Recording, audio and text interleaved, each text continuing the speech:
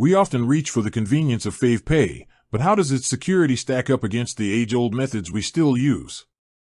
It's a crucial question for anyone managing money in the digital era. Traditional payment methods offer a spectrum of security. Cash is simple but vulnerable to loss or theft, and leaves no transactional trail. Physical credit and debit cards, while offering fraud protection from banks, are still susceptible to skimming and having your details stolen during a swipe or dip. Checks carry the risk of forgery, and they expose your bank account and routing number.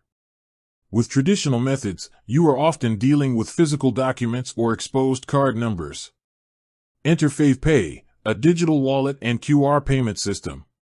Its security model operates on a few key digital safeguards that fundamentally change the risk.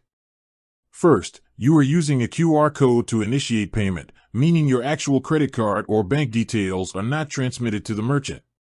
This is known as tokenization or data encryption, where the sensitive data is replaced by a unique, non-sensitive code for each transaction. This greatly limits the risk of data breaches at the merchant's point of sale. Furthermore, FavePay is an app-based system. This allows for security measures like biometric authentication, your fingerprint or Face ID, to confirm a payment, an extra layer of protection that cash or physical cards simply don't have.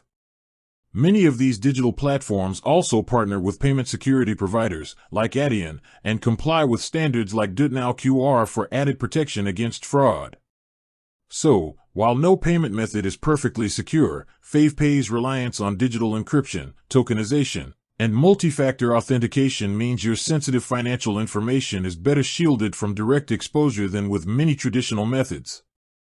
The risk shifts from physical data theft to app security, and those extra layers make a strong case for the digital wallet being the more secure choice for daily transactions.